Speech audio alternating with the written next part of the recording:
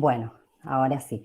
Bueno, buenos días, como decía, buenas tardes a todas, a todos. Gracias por acompañarnos, por estar acá en esta clase abierta y conferencia magistral de cierre de este ciclo lectivo desde el Seminario de Desafíos de la Diplomacia del Mundo en Desarrollo, de la Maestría de Relaciones Internacionales. Está Diana Tusi también acompañándonos. Bueno, Santiago Lombardi también con nuestra materia que editamos en conjunto. La verdad es que es un honor además cerrar esta clase con esta conferencia magistral a cargo de Cecilia Naón. Yo sé que todos la conocen, pero permítanme presentarla. Cecilia Naón es actual directora ejecutiva alterna del Cono Sur en el Banco Mundial, ex embajadora argentina en Estados Unidos, por supuesto además experta y referente en todos estos temas, así que bueno, siempre nos ilumina, ¿no?, escucharla y en cada una de sus intervenciones. Mi nombre, bueno, como hay algunas personas externas al seminario, varias que yo veo que siguen entrando, mi nombre es María Belén Herrero, yo soy investigadora del área de Relaciones Internacionales de Flaxo Argentina, docente de la Maestría de Relaciones Internacionales de Flaxo y llevamos a cabo junto con Santiago Lombardi, que también está acá en la sala, este seminario sobre desafíos de la diplomacia del mundo en desarrollo. Y nos parecía importante cerrar este ciclo lectivo teniendo en cuenta además una crisis que por supuesto, como dice el título, la necesidad de crisis la crisis y la necesidad de una reconstrucción que ha puesto este escenario en evidencia enormes desigualdades globales, regionales, que además se han profundizado a un año, además de 2 años casi en pandemia, 1 año de las primeras vacunas que han comenzado a aplicarse en el mundo, que aún así el acceso todavía continúa siendo profundamente inequitativo, como todas y todos sabemos, nuevas variantes que emergen, que rápidamente se extienden y se globalizan, que exigen nuevos confinamientos, retos también a los países con el impacto además que esto tiene en términos de reactivación económica, recuperación social, en un escenario donde además, por supuesto, América Latina no está ajena en este contexto, de hecho ha sido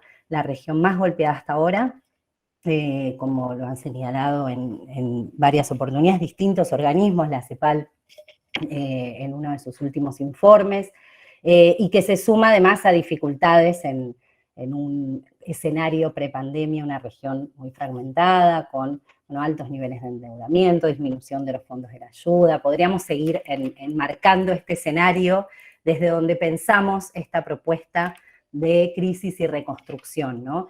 Y desde donde, por supuesto, se vuelve cada vez más necesaria la revitalización del multilateralismo, el diálogo global. CEPAL ha hablado también de esa necesidad de un nuevo pacto social, y en este escenario es que sin dudas creíamos que era una gran oportunidad de invitar a Cecilia Naón con toda su experiencia para poder reflexionar, debatir acerca de estos retos que enfrenta el sistema multilateral en estos tiempos, los desafíos en este escenario de crisis y de reconstrucción, ¿no? El rol de los países en desarrollo en las negociaciones internacionales y, por supuesto, Argentina y América Latina en este escenario. Así que yo no me quiero extender más, sé que estamos y estamos acá para escuchar y para intercambiar con Cecilia, a quien queremos agradecerle una vez más, muy especialmente por estar acá. Son tiempos sumamente complejos, lo sabemos, así que Cecilia, muchísimas gracias, te paso la palabra y por supuesto dejamos ya habilitado el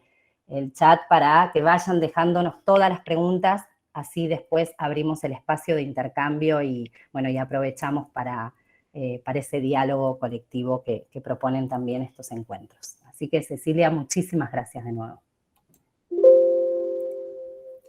Bueno, muy buenas tardes a todos y a todas. Un gusto enorme estar acá compartiendo este espacio con ustedes. Yo trabajé mucho tiempo en Flaxo en el área de Economía y Tecnología, soy doctorada de Flaxo, así que para mí siempre es importantísimo conversar con ustedes y por supuesto todo mi respeto y cariño a Diana y a todo el equipo del área de Relaciones Internacionales.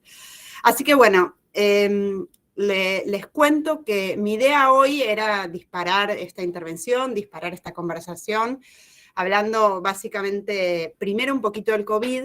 Creo que es imposible que pensemos nuestra región, el mundo, los desafíos de hoy, sin arrancar pensando en el COVID.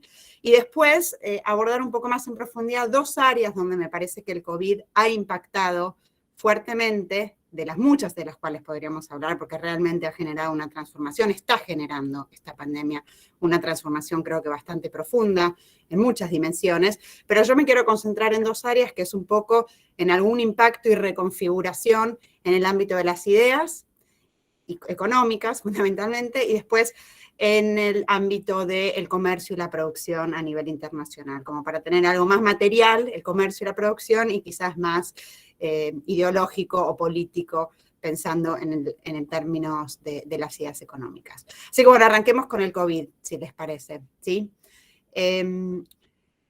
Me parece que lo primero que tenemos que reconocer es que desde que se declaró la pandemia, el 11 de marzo del año pasado, ¿no? Ya prácticamente 2 años, realmente la economía mundial está atravesando una crisis sanitaria, humanitaria, social, económica que no tiene precedentes. Obviamente la economía global ha tenido muchas crisis a lo largo de la historia. Desde 1870 se registran así formalmente 14 grandes recesiones. Pero me parece que la crisis que estamos experimentando y que todavía no ha sido del todo superada, a pesar de que este año ha sido un año de recuperación económica a nivel global y también, por supuesto, en nuestra región y en nuestro país, en la Argentina, estamos ahora entre la mayor perturbación económica, creo yo, desde la Gran Depresión. O sea, básicamente la crisis más brutal, más fuerte, con mayor impacto a nivel global en prácticamente un siglo. Y hay al menos 3 características que creo que hacen esta crisis inédita, diferente, y por lo tanto nos hacen también tener que pensar las cosas de una manera diferente. Por una parte, se ha tratado de una crisis muy sincronizada. O sea, el año pasado 93% de los países del mundo estuvo en recesión, incluyendo Estados Unidos, no China, ¿sí? Que de hecho creció alrededor de 2,3%. Y al margen, una nota al pie, esto lo que hizo, de hecho, fue que China acelerara este proceso de superación de la brecha económica que la divide con Estados Unidos, y ahora, por ejemplo, Bloomberg estima que por lo que pasó el año pasado, la economía china va a superar a la economía estadounidense en términos de su tamaño, de su volumen, 5 años antes de lo esperado. Esto va a ser en el año 2028. Entonces, la primera característica es la sincronización, ¿sí? De esta crisis, que es realmente una crisis mundial y global, de la cual nadie se puede escapar, porque hasta que no estemos todos a salvo, realmente nadie va a estar a salvo. La segunda característica es que es una crisis muy persistente.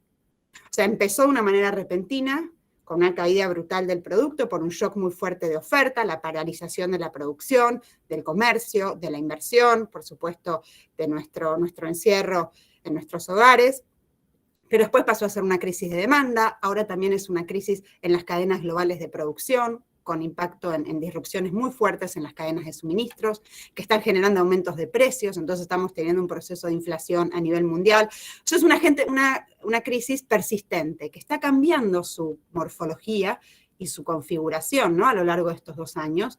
No siempre, digamos, la piedra en el zapato lastima de la misma manera, pero está ahí, y realmente hasta que no haya niveles de vacunación mucho más altos en todo el mundo. Recordemos, por ejemplo, que en África solo el 7% de la población ha sido vacunada hasta ahora. Entonces, hasta que no se aumente el nivel de vacunación, hasta que no haya más certidumbre sobre las diferentes variantes y cómo evoluciona la enfermedad a lo largo del tiempo, es una crisis que va a seguir teniendo amenazas sobre la estabilidad y la predictibilidad de la economía a nivel mundial. Argentina está creciendo este año 10%, esto es muy positivo, además hay un crecimiento del empleo, un crecimiento y una recuperación muy importante de la industria, ¿sí? Pero de nuevo, en un contexto global que todavía es vulnerable, donde la recuperación es parcial, aunque a nivel global se espera un crecimiento de casi 6 puntos en este 2021 y casi 5 puntos en el 22.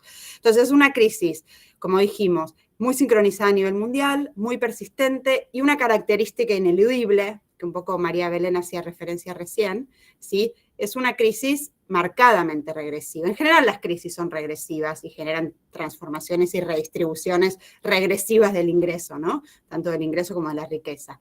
Pero esta en particular. De hecho, Oxfam bautizó al COVID como el virus de la desigualdad. O sea, es un virus que realmente ha tenido un impacto desproporcionado en las personas, en los sectores, en las economías de mayor vulnerabilidad, ¿sí?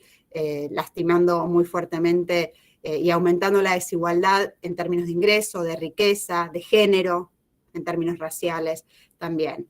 Las estadísticas realmente son muy abrumadoras. El Banco Mundial ha estimado que a nivel mundial, sí, por la pandemia vamos a tener el primer aumento, bueno, estamos teniendo ya el primer aumento de la pobreza mundial en 20 años, con más de 150 millones de personas volviendo a caer en la pobreza extrema.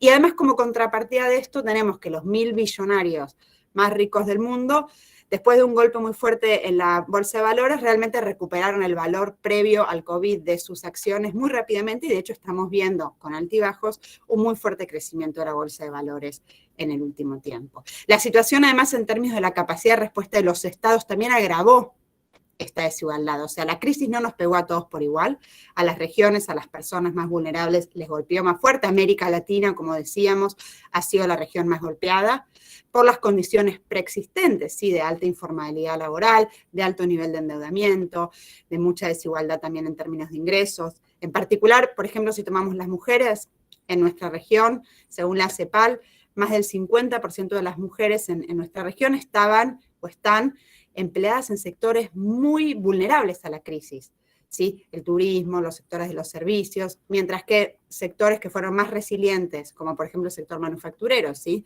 El sector industrial, tienden a tener un perfil de presencia de mayor cantidad de hombres y ser menos feminizados.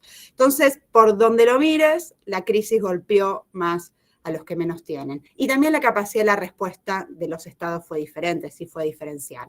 Por ejemplo, en promedio, los países avanzados destinaron 24% de su PBI, 24% de su PIB, a responder a través de políticas de estímulo fiscal, monetario y de intervención directa en el sostenimiento de los ingresos. Los países emergentes como los nuestros, en promedio 6%. Los países de ingresos bajos, tan solo un 2%. Y estas asimetrías, sí, precrisis se profundizaron y por supuesto se han agravado con las inequidades evidentes y escandalosas en el acceso a la vacunación. Hay un informe que salió hace un par de días, les recomiendo muchísimo que lo miren si no lo han leído, que es un informe sobre la desigualdad global.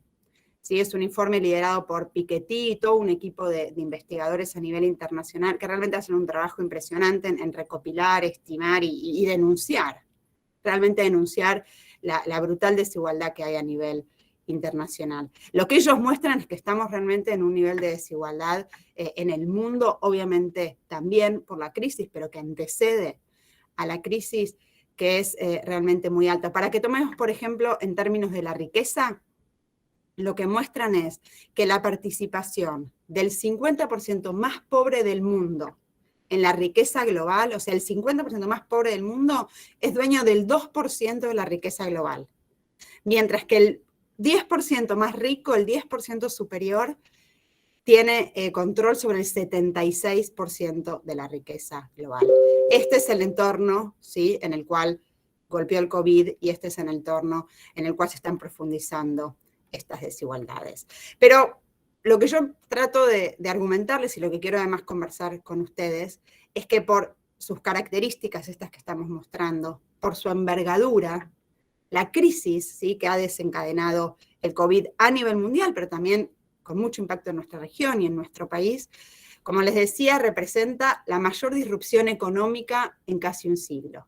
Entonces, ha tenido consecuencias, por supuesto, de corto plazo, pero creo que también que está teniendo consecuencias de mediano y de largo plazo, ¿sí?, en términos de geopolítica, en términos de economía y en términos de ideas.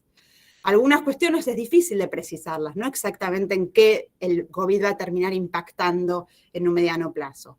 Pero yo creo que hay dos dimensiones donde ya estamos viendo cambios y que dentro de toda esta situación muy dolorosa, muy dramática a nivel internacional generada por la pandemia, más de 5 millones de muertos, hay dos áreas en donde está habiendo un movimiento que tenemos que registrar, Porque para poder encarar negociaciones internacionales desde la Argentina, desde el Cono Sur, ¿sí? Tendiendo puentes con nuestra región, es central, es muy importante tener una buena caracterización de lo que está pasando a nivel internacional. Yo les quiero compartir algunas hipótesis, ¿sí? Algunas ideas, porque esto es muy dinámico, está cambiando todo el tiempo.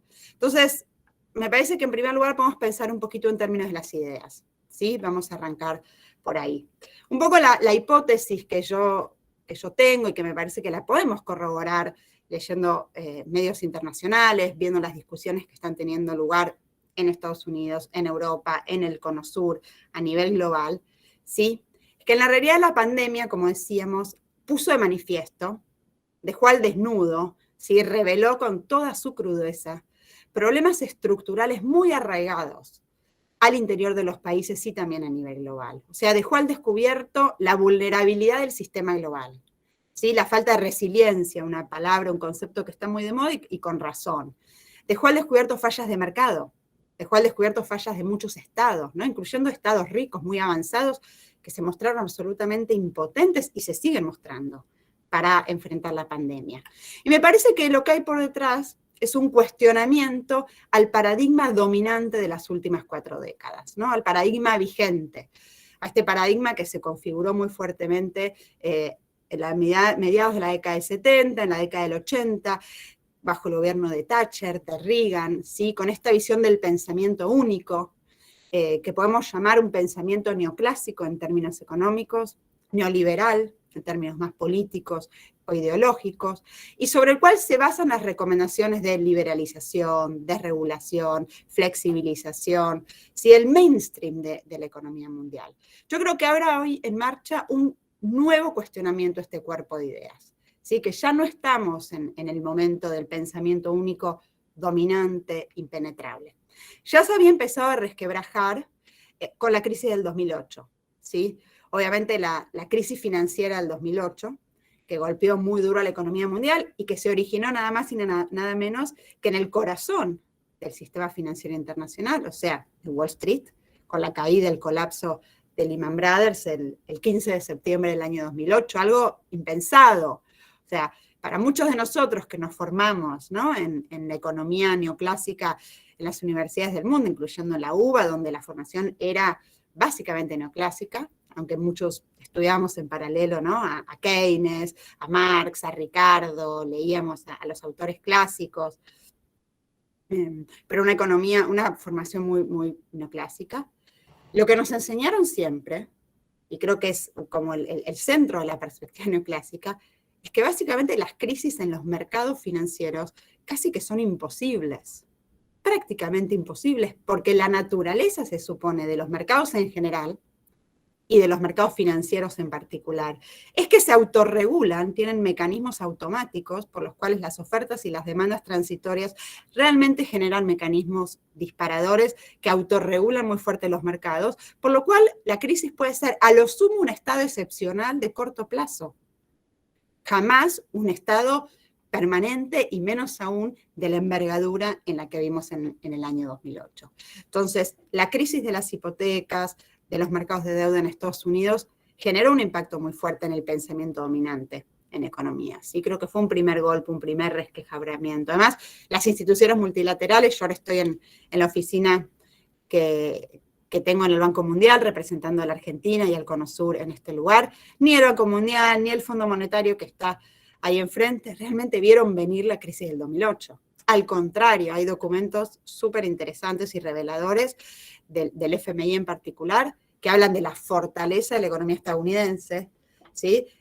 Muy poquitas semanas antes del colapso brutal que tuvo Wall Street y la economía estadounidense en el año 2008 y 2009, ¿sí? Que generaron que Bush convoque al G20, que se hagan reuniones internacionales muy interesantes, que Argentina adoptara en ese momento con Cristina Kirchner en la presidencia un liderazgo junto con Lula, un liderazgo muy importante también en llevar una mirada desde el sur no ortodoxa a ese G20.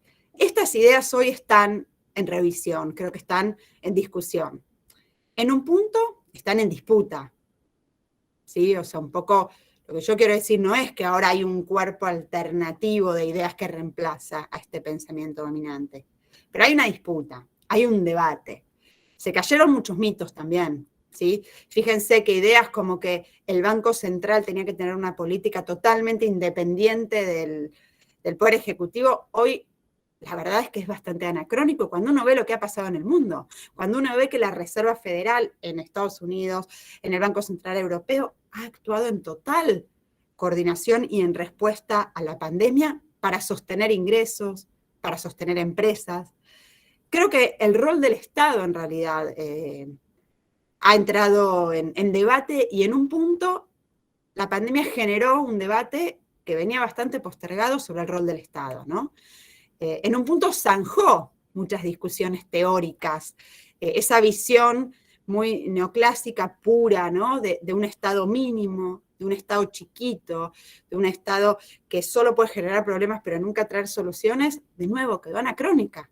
Quedó bastante claro, creo que fuera de cuestión, la función que tiene el Estado, irreemplazable, ¿sí? No solo para proteger a los más vulnerables, para defender la vida, para defender la salud, para sostener el sistema educativo en momentos de debilidad, también para planificar y poner en marcha la reconstrucción, la recuperación de nuestras sociedades. Incluso el diario Financial Times lo recoge, ¿sí? Hay una editorial muy interesante el año pasado, donde dice textual: los gobiernos deberán aceptar un papel más activo en la economía. La redistribución volverá a ser un tema de agenda. Políticas hasta hace poco consideradas excéntricas tendrán que ser consideradas. Creo que esto sintetiza bastante bien la nueva visión que está emergiendo. Esto no implica que haya respuestas claras, ¿sí? Estamos en un momento en donde el viejo modelo, el viejo paradigma no termina de morir, y realmente no termina de morir.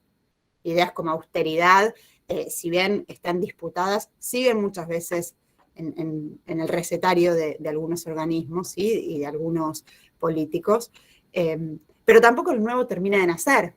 De hecho, la gran pregunta que hay hoy, por ejemplo, cuando se discuten acá diferentes políticas en el Banco Mundial en particular, ¿sí? Es cómo lograr que estos estados puedan también asociarse, articularse de una manera productiva con el sector privado para movilizar más recursos, dado que es evidente que el financiamiento al desarrollo que necesitamos para reconstruir nuestros países y nuestras sociedades, íntegramente el sector público no lo va a poder aportar. Entonces necesitamos financiamiento internacional. De hecho, Argentina con el Banco Mundial está accediendo a muy buenos niveles de financiamiento. Si este año, nota al pie, se aprobaron 8 proyectos muy interesantes de desarrollo productivo para la Argentina, ¿sí? Por 2.000 millones de dólares aproximadamente. La deuda que nos interesa tener, ¿sí? Deuda, digamos, orientada a reconstruir la competitividad del país, a aumentar la capacidad productiva, a cuidar a los más vulnerables, además deuda a 30 años. Pero bueno, el financiamiento internacional es importante, pero no es suficiente.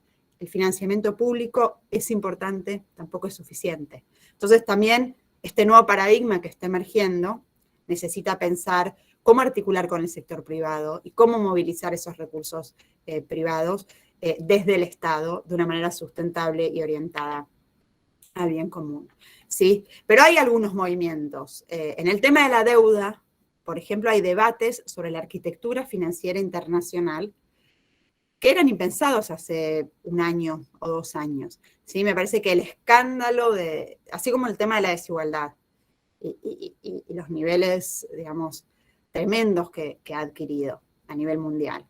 También el nivel de endeudamiento ha quedado muy en evidencia con la pandemia, ¿sí? Ya era un problema antes. Para la Argentina, sin duda, el sobreendeudamiento de nuestro país es previo, el último ciclo es previo a la pandemia, ¿sí? Pero a nivel mundial también hubo una ola muy fuerte de deuda, de hecho justamente en la salida de la crisis del 2008 hasta el 2019, que se profundizó con la crisis del COVID. ¿Sí? El Banco Mundial, de hecho, estima que la deuda, el stock de deuda, ¿sí? De los países de ingresos bajos y medios, el año pasado, durante el año del COVID, aumentó en un 5,3%. O sea, es muchísimo para un aumento de 1 año, ¿sí? Y de hecho, según la CEPAL, este es un problema particularmente grave en nuestra región. Saben que nuestra región es la región más endeudada del mundo en desarrollo. La deuda bruta del gobierno es, en promedio en nuestra región, 78% del PIB. Es muy, muy alto.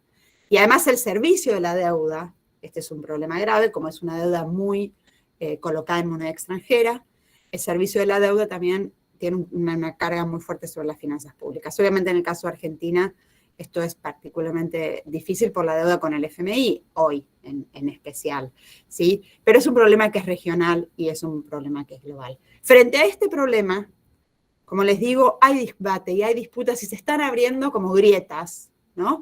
Como ámbitos de discusión que antes no estaban abiertos. El presidente del Banco Mundial, déjenme que les quiero leer esta cita porque a mí me gusta mucho, ¿sí? El presidente del Banco Mundial, David Malpass, dijo hace un tiempito algo que, de nuevo, era impensable, ¿sí? Era impensable en el sentido de que por lo menos se reconoce la gravedad del problema. ¿Qué quiero decir con esto? Que el problema de la deuda no es solo, y yo creo ni siquiera principalmente, un problema de los países individualmente. Saben que hay un estudio de las naciones, el PNUD, es súper interesante, que muestra que hay más de 70 países en desarrollo que tienen problemas serios de vulnerabilidad de deuda. O sea, ya no es solo Argentina o Ecuador, bueno, o diferentes países. Es un problema sistémico. Esto quiere decir que tenemos que mirar también la cuestión sistémica. Y la cuestión sistémica, ¿cuáles son las reglas de funcionamiento del sistema multilateral, de la economía global en términos económicos, financieros y en particular en términos de deuda? ¿Sí? Entonces, sobre la arquitectura financiera internacional, que es un poco la que regula el endeudamiento y la posibilidad de salir de ese endeudamiento, hay un debate que digo, es bienvenido, que antes no estaba. Y por ejemplo, el presidente del Banco Mundial dijo, les leo textual, dice, hay hoy un desbalance en el sistema internacional de deuda que coloca a la deuda soberana en una categoría única que favorece a los acreedores por sobre las personas en el país deudor. No existe un proceso de quiebra soberana que permita el pago parcial y la reducción de las deudas. En el peor de los casos, cuando intervienen los fondos buitre, ¿sí? O sea, el presidente del Banco Mundial, hablando de fondos buitre, se trata del equivalente moderno de la prisión del deudor. Ustedes saben que la prisión del deudor fue más un enfoque, por decirlo de alguna manera, que rigió durante, no sé, la Edad Media y bastante tiempo después también, respecto de cuando tenías una deuda directamente podías ir preso, podías ser encarcelado vos o tus familiares hasta que lograras cancelar esa deuda. Bueno, hoy hay una caracterización que ya está más clara sobre la gravedad que tienen las relaciones de dominación vinculadas con la deuda externa y la necesidad de llevar adelante una reforma de la arquitectura a nivel internacional que le permita a los países, por ejemplo, reestructurar sus deudas de una manera más sustentable, más ordenada, más sencilla, antes de que las deudas sean insustentables, poder reestructurarlas, tener quitas. Hoy no hay un sistema de quiebras a nivel internacional, nosotros lo vivimos con la disputa con los fondos buitre y lo pudimos también vivir el año pasado cuando reestructuramos nuestra deuda externa, la deuda que había tomado Macri esencialmente en los primeros 2 años de su gobierno, que pudimos reestructurar nuestra deuda y llegar a un consenso con el 99% de los acreedores. Pero esto es más bien la excepción, porque el sistema de reestructuraciones de deuda en general toma en promedio 7 años. Esto lo estima Carmen Reinhardt, la economista jefe del Banco Mundial. 7 años toma en promedio en el sistema multilateral actual, bajo las reglas actuales, bajo las reglas muy malas actuales, reestructurar las deudas. Bueno, Argentina lo pudo hacer en 7 meses y por Zoom, pero esto es más bien una rareza y un éxito en un contexto muy difícil. Entonces, estos son los debates que se están dando a nivel internacional y que antes no se daban. Otro debate interesante que apareció es vinculado a la política industrial. ¿Sí? Hoy hay una reivindicación de la política industrial en la mayor parte de las economías del mundo, muy fruto de la pandemia. Y este nuevo pensamiento que está surgiendo se sintetiza un poco en este concepto, seguramente lo escucharon, que es un poco el leitmotiv de muchos organismos multilaterales, que es el de Build Back Better, ¿no? Esta idea de que las políticas de reconstrucción post-COVID tienen que ser mejores, o sea, de que la reconstrucción nos tiene que colocar en un mejor lugar. ¿sí? Lo que pasa es que obviamente, como les decía, hay una disputa en qué es eso, en el contenido de esas políticas. Hay quienes, más allá de la retórica, de las buenas intenciones, tienen una idea de que hay que volver a las políticas anteriores. Y otros, como nosotros, yo, la Argentina, el presidente Fernández también ha sido muy claro en esto, tenemos la idea de que en realidad la reconstrucción es una oportunidad y una responsabilidad para que las reglas del sistema multilateral sean más desarrollistas, sean más inclusivas, ¿sí? No estén al servicio de una minoría de países ricos o de sectores de ese 1%, ¿sí? Ese 1% que realmente tiene una altísima concentración de la riqueza. Y este es el debate, esta es la disputa, y creo que también esta es la oportunidad. Pero vinculado con la política industrial, ¿sí? Voy a dedicarle los últimos minutos a hablar de la otra reconfiguración, que me parece que es muy importante que está teniendo lugar a nivel mundial, ¿sí? Ya no en el campo de las ideas, de las negociaciones multilaterales, de las reglas del sistema económico y financiero, que son centrales, sino en lo que está pasando con el comercio y en lo que está pasando con la producción. Porque este es también el escenario en el cual estamos pensando y tenemos que pensar el Mercosur, la CELAC, la integración de nuestra región, ¿sí? Básicamente, un poco mi argumento acá es que el COVID, sí, hay mucha evidencia para esto que estoy diciendo, ahora se las voy a compartir. El COVID, la crisis y esta gran disrupción en las cadenas de valor, en el sistema económico que generó el COVID, está profundizando una tendencia que era preexistente, que es la de la regionalización, ¿sí? O sea, a la idea de que en realidad la economía mundial, contrario a lo que muchas veces nos buscan vender o parece presentarse, en realidad no está operando sobre un proceso de hiperglobalización ya. No hay un proceso en el cual la globalización está en su auge, sino que en realidad esto es un proceso de integración global, sí, fuertemente basado en regiones. Muy fuertemente basado básicamente en tres, lo que se llaman fábricas regionales, ¿sí? La fábrica de América del Norte, con Estados Unidos en su centro, Canadá y México, la fábrica de Europa, con Alemania muy fuerte allí, y la fábrica de Asia, obviamente con China y toda su red. Y que la crisis, la pandemia, justamente ha profundizado esta tendencia. ¿Por qué? Porque para garantizar la producción de insumos críticos, por razones de seguridad nacional, ¿sí? De los estados, porque muchas veces las propias firmas están decidiendo y necesitando aumentar la resiliencia de sus cadenas de producción, de sus cadenas de suministro, ¿sí? Los sistemas productivos se están volviendo más regionales. Hay una tendencia muy fuerte al nearshoring, o sea, a acercar a tus proveedores, a cortar las cadenas productivas. Al reshoring, directamente exigencias de contenido nacional y de producción nacional muy fuertes. Estados Unidos y Europa, por ejemplo, ¿sí? Tienen planes muy concretos que están destinados a disminuir su dependencia de China, concretamente, disminuir la dependencia de China por cuestiones geopolíticas, por cuestiones geoestratégicas, en el marco de una disputa también muy acelerada, ¿no? Muy profundizada entre China y Estados Unidos, también acelerada por la pandemia. Entonces, con el objetivo de aumentar su autonomía estratégica, ¿sí? Estos países están poniendo en práctica subsidios, inversión pública, ¿sí? Mecanismos de compras públicas, incentivos concretos. Por ejemplo, la legislación que se aprobó muy fuerte de $1 trillion en el Congreso de Estados Unidos, impulsada por el gobierno de Biden, con requisitos que, como digo, es de política industrial, ¿sí? De política industrial nacional, muy enfocada en fortalecer el mercado doméstico, en fortalecer la producción doméstica, ¿sí? Entonces ya no estamos en el auge de la década del 90, del fin de la historia, de la hiperglobalización, y de nuevo, de esta idea única de que hay unas reglas de liberalización, integración, flexibilización, desregulación, que nos van a llevar a todos mágicamente hacia la prosperidad y a la inclusión. No, me parece que ese conjunto de ideas está bastante viejo. Es mucho más sofisticada la discusión, es mucho más compleja, toma elementos si querés, de los debates desarrollistas, estructuralistas, muchos de ellos con origen fuerte en América Latina, ¿sí? De la UNCTAD, de la CEPAL, Prebisch, con discusiones muy avanzadas de tecnología, de inteligencia artificial y cómo eso se reconfigura hoy en un contexto geopolítico bastante más complejo. Lo dice, por ejemplo, el Economist Intelligence Unit, ¿sí?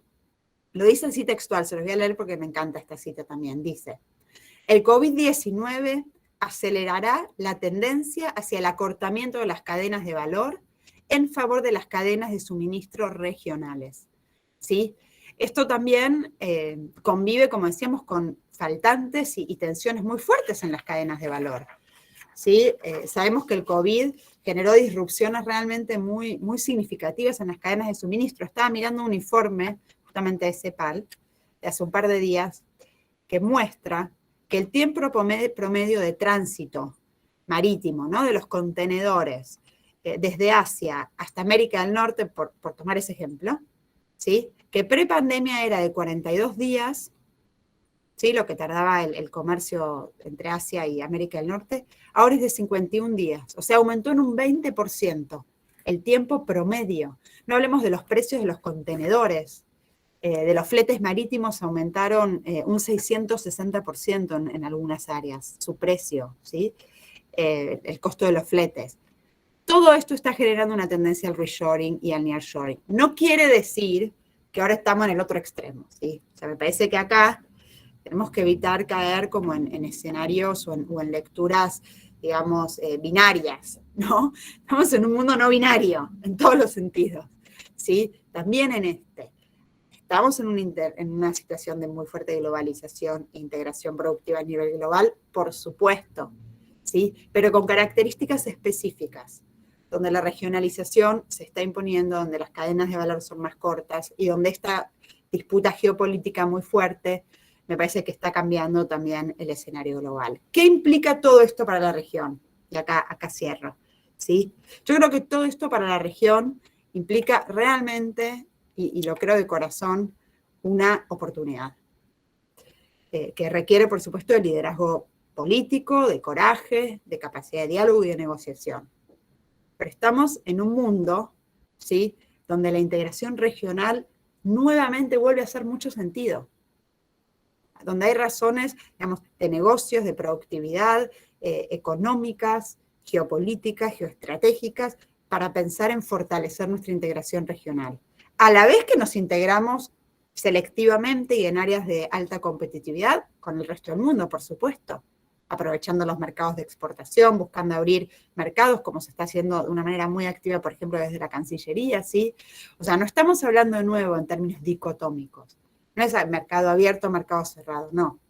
Es entender que hay un nuevo mundo que se está reconfigurando, que está en etapa de disputa en términos de ideas y en términos de ámbitos y espacios de acumulación, y que como región tenemos una oportunidad de influir, como creo que Argentina, insisto, está haciendo muy positivamente en los organismos multilaterales, en el G20, en Naciones Unidas, para tratar de tener un paradigma de desarrollo más inclusivo, más desarrollista, más solidario, con mayor cuidado del medio ambiente, con mayor cuidado de la vida, pero a la vez que trabajamos en transformar esas ideas, en transformar esos paradigmas, en transformar esas reglas multilaterales que requieren urgentemente ser revisadas, tenemos que seguir trabajando en nuestro mayor diálogo con Brasil, en fortalecer el Mercosur, en fortalecer el diálogo a nivel regional, porque una vez más la región aparece como una idea estratégica, pero también como una oportunidad, creo yo, histórica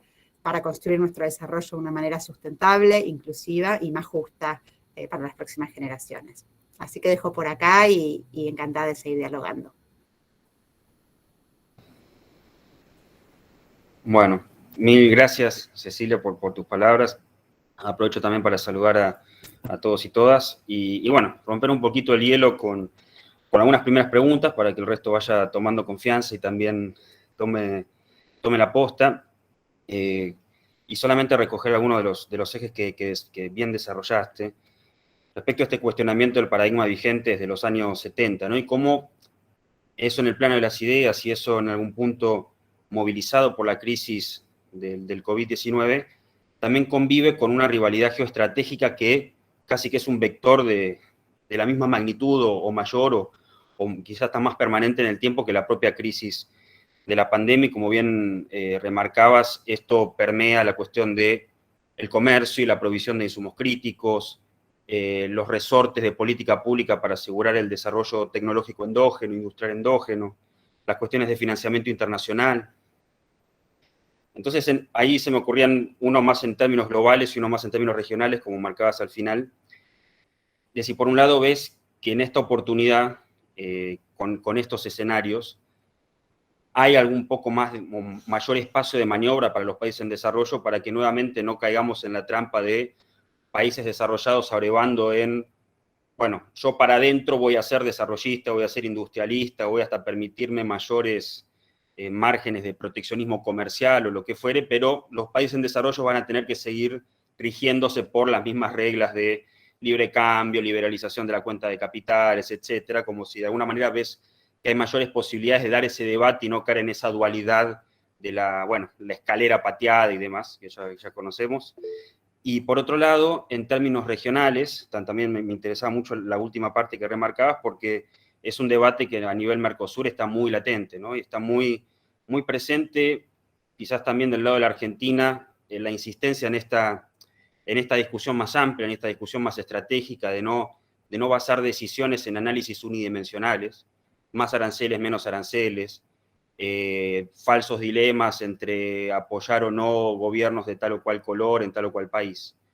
Y si ves que hay de alguna manera algún horizonte más llano o plausible para que la Argentina efectivamente pueda, en el marco del Mercosur, plantear esta cuestión de ver la integración regional desde un punto de vista estratégico, y con todo lo que mencionabas desde el punto de vista de las cadenas de producción y del financiamiento, que pueda permitir de alguna manera superar esta discusión que hoy está vigente en lo que hace al arancel externo común, en la posibilidad de flexibilización del bloque para negociación con terceros países. En definitiva, si le ves un poco de futuro más promisorio a que ese análisis estratégico y multidimensional de lo que debe ser la integración regional pueda superar estos falsos dilemas de ganancias de corto plazo en materia arancelaria o en materia de alineamiento político. Serían esas dos cositas, no más. Santiago, bueno, excelentemente bien planteada la complejidad de las preguntas y de las cuestiones, y creo que un poco la respuesta está inmanente en tu propio planteo, porque yo creo que es un momento en donde lo que necesitamos es mucho liderazgo, mucha conducción, pero también complejidad en el análisis, ¿no? Y me parece que lo estás planteando, porque es un momento tremendamente complejo y difícil de digamos, caracterizar, ¿no? Un poco lo que está pasando a nivel mundial. Es como nos tenemos que sacar las anteojeras de cómo mirábamos el mundo antes y tratar de mirarlo en términos un poco más amplios, ¿no? Sin por eso ser ingenuos y sabiendo que obviamente el nivel de fuerza, de influencia, de articulación que tienen los países del G7, y además con el cambio de administración en Estados Unidos, por supuesto que eso también vuelve, quizás esa es la única dimensión que no mencionaste de todas las que están, pero la verdad es que los países del G7 vuelven a tener un nivel de articulación importante, que tiene su aspecto positivo, porque obviamente fortalece eso al sistema multilateral, pero que también pone una exigencia muy fuerte sobre los países los países en desarrollo de estar a la altura, ¿no? Yo creo que es un desafío ante todo político que tenemos, y que se resuelve con política. Y cuando digo política me refiero a algo que no es que solo hacen los políticos, ¿no? O los dirigentes o los presidentes. Me parece que es un proceso que tiene que operar en forma transversal. O sea, necesitamos más foros como este para mostrar la complejidad de las discusiones y de los desafíos que estamos enfrentando, más diálogo y articulación con la región a todos los niveles, por supuesto, más capacidad técnica para entender las oportunidades productivas que tenemos. Nosotros tenemos nichos de producción para la integración con Brasil que son muy claros y que son muy concretos y que nos pueden articular una integración regional y mundial. Hay que identificarlos, se están identificando. Digo, el sector automotriz es uno, en la cadena de alimentos hay otro. Bueno, hay oportunidades importantes que creo yo que se están trabajando, más allá de las diferencias ideológicas, más allá de las diferencias políticas, que realmente hay que dejarlas de lado, creo yo, para apostar en serio a la integración. Entonces, hay que congeniar, me parece, un nivel técnico y con un nivel muy fuerte de liderazgo político. Y por supuesto de las responsabilidades que tienen nuestros presidentes, nuestras autoridades de liderar y conducir ese camino, pero no es exclusivamente. También hay un lugar ahí para el sector privado y tenemos que seguir trabajando en persuadir y articular con el sector privado, que obviamente va a defender sus intereses, ¿sí? Siempre.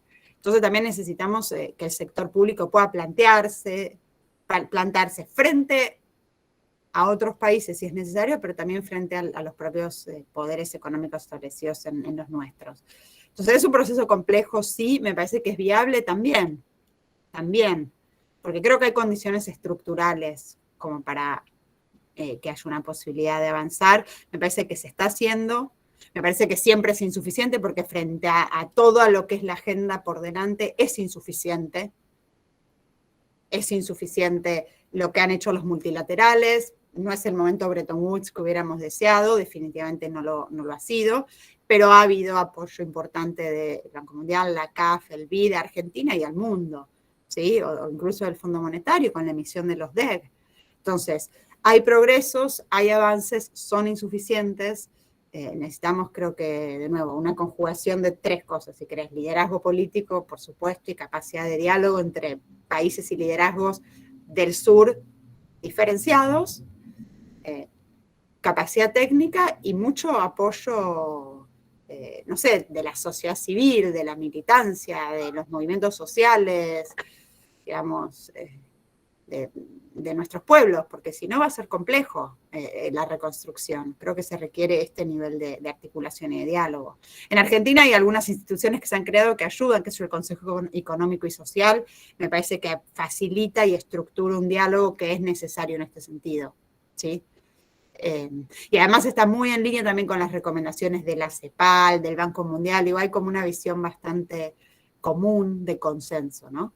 Después está toda la agenda ambiental, que no quiero meterme ahí ahora, pero que es central y que también es una oportunidad para generar ese diálogo y esa armonía regional y para articular y negociar, si querés, con otros países, evitando alineamientos automáticos, ¿no? Ni todo es la franja de la ruta de la seda y la franja, ni todo es alineamiento con América del Norte, ni lo uno ni lo otro, ¿no? Y creo que eso es un poco lo que está haciendo nuestra política exterior hoy. Pero bueno, veo que hay más preguntas, así que adelante. Sí, sí, bueno, y sin duda lo que decías, yo creo que son dos complejidades las que ya repasamos, la del diagnóstico y la de una posible hoja de ruta y herramientas y actores en ese proceso. Facundo García, ¿puede ser la primera? Sí. ¿Cómo están? ¿Qué tal, Cecilia? Muchas gracias por este tiempo que nos dedicás y a los profes por coordinar esta clase magistral. La verdad que adelantaste varias cosas que te quería preguntar recién, pero me gustaría profundizar un poquito más. Me gustó mucho este contraste que nos hacías de la regionalización de América del Norte, de Europa y de Asia, que ya se viene dando, y allí, como bien dijiste, tuvo un rol muy importante el sector privado, el sector automotriz en lo que fueron los primeros acuerdos del NAFTA, el acero, el carbón en Europa. Te quería preguntar justamente cómo veías esto en nuestra región, si quizás los préstamos que mencionaste del Banco Mundial están enfocados a algunos sectores productivos en particular, y además de ese liderazgo político que definitivamente es muy relevante, si identificabas también un liderazgo empresario que se pueda vislumbrar. Vos mencionaste obviamente el sector del campo, el sector automotriz, que sabemos que son sectores de mucho peso, pero sí hay allí también un liderazgo transformador, abierto al diálogo para poder construir este salto en la regionalización del Mercosur o de los países de América Latina. Mira, creo que hay una base sobre la cual construir, pero sin duda falta, ¿no? Sin duda falta, y me parece que falta un ejercicio también nacional y regional a nivel del Mercosur, te diría, o mercosuriano, ¿no? De poder generar ese diálogo. Gran parte del comercio internacional es intrafirma, o sea, más o menos, de hecho, debería actualizar esta cita, si alguno la actualiza después me la pasa, por favor, pero hace no mucho leía que 2/3 del comercio internacional era intrafirma, porque aprox, grandes números, 1/3 es al interior de las propias firmas y otro tercio entre firmas transnacionales. Entonces, no, perdón, no intrafirma, dominado o influenciado por las corporaciones transnacionales, ¿no? Esto también pasa muy fuerte a nivel del Mercosur.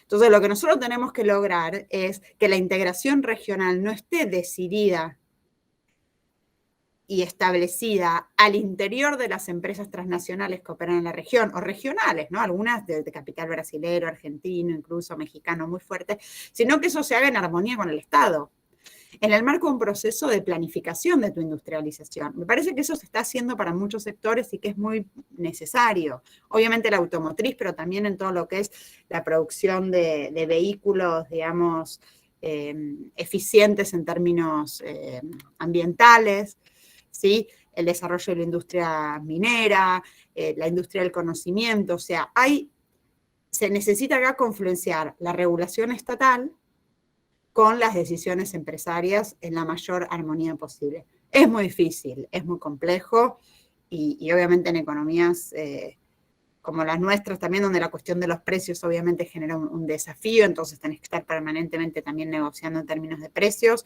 son procesos sofisticados. Pero me parece que se está avanzando y que hay un diagnóstico correcto, ¿no? Con el Estado solo, digamos, sin el Estado no se puede, sin el Mercosur no se puede, tampoco con el Estado solo alcanza. Entonces ahí creo que hay un ejercicio que hay que seguir profundizando. La conducción es estatal, pero eso requiere poder integrar ese diálogo con el diálogo que tienen las empresas a nivel regional. Pues si no lo decidimos en conjunto, se planifica, la integración termina siendo el patrón de las estrategias regionales de las grandes corporaciones automotrices, ¿no? Entonces, creo que hay una base para hacerlo. Creo que la vuelta de la política industrial y la buena performance de la política industrial en Argentina, ustedes saben que ya estamos en términos de recuperación industrial por encima bastante del 2019, con muchos sectores, incluso con niveles de empleo superior. O sea, un gran aprendizaje de esta crisis, ya lo sabíamos, es que el sector industrial es clave, bueno, ahora más, además fue el más resiliente en términos globales, ¿no? Entonces, nada, hay que seguir trabajando, pero bueno, tenemos una base sobre la cual operar. Muchas gracias, Cecilia. Bueno, y también para ir llegando a la pregunta de cierre, creo que Yamil también tenía la mano virtual levantada. Buenas tardes. Primero, muchas gracias, Cecilia, por la exposición muy clara. Quería preguntarte, vinculado con esto último que mencionábamos y de la integración regional, de la proyección de desarrollo de nuestros países, fundamentalmente, si bien hay muchas áreas, hay dos áreas que van a ser clave de cara al desarrollo de nuestros países en el futuro. Una es la electromovilidad y otra es la inversión en telecomunicaciones. Quería preguntarte cómo crees que debe posicionarse la región en estos dos temas, quién va a financiar y cómo va a financiar estos dos aspectos, y fundamentalmente teniendo en cuenta la restricción externa de nuestros países, que son fundamentalmente intensivos en insumos importados, y que a esto se le suman los aumentos de los servicios de deuda de nuestros países.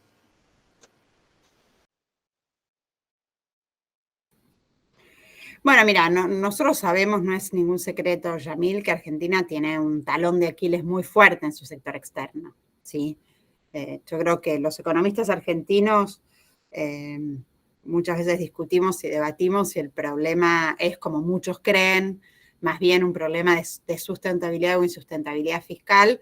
Yo soy más de la idea de que el problema con el cual siempre nos encontramos es la restricción externa, por lo cual trabajar en las fuentes de divisas. Yo hice mi tesis de doctorado en Flaxo, mira, de hecho fue sobre esto, ¿no? Sobre un análisis bastante a fondo de las diferentes fuentes de divisas y uso de divisas durante la década del 90 en Argentina y en México. Y digo, chocolate por la noticia, no estoy diciendo nada nuevo, pero sí estoy diciendo algo muy verdadero, que es que tenemos un problema de que cuando empezamos a crecer, como bien decís, nos quedamos sin dólares y para esto necesitamos encontrar fuentes sustentables y genuinas de dólares. Y esto requiere invertir muy fuertemente en estos sectores que mencionaste, como en otros sectores exportadores, a la vez que reestructuramos nuestras deudas para que los dólares que conseguimos por la balanza comercial de bienes y de servicios no se nos terminen escapando pagando una deuda absolutamente insustentable. Estamos en eso, pero es un proceso sumamente complejo, ¿sí? Electromovilidad es clave,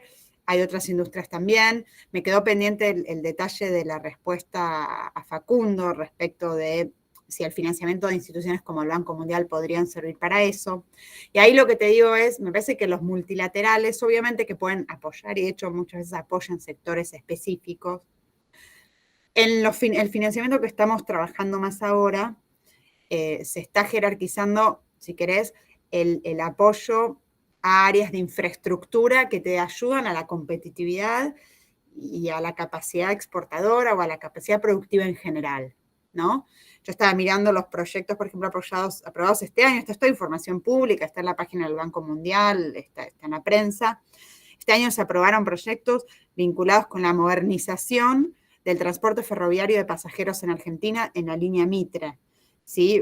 Fue un financiamiento bastante importante de 350 millones de dólares, con financiamiento para mejorar los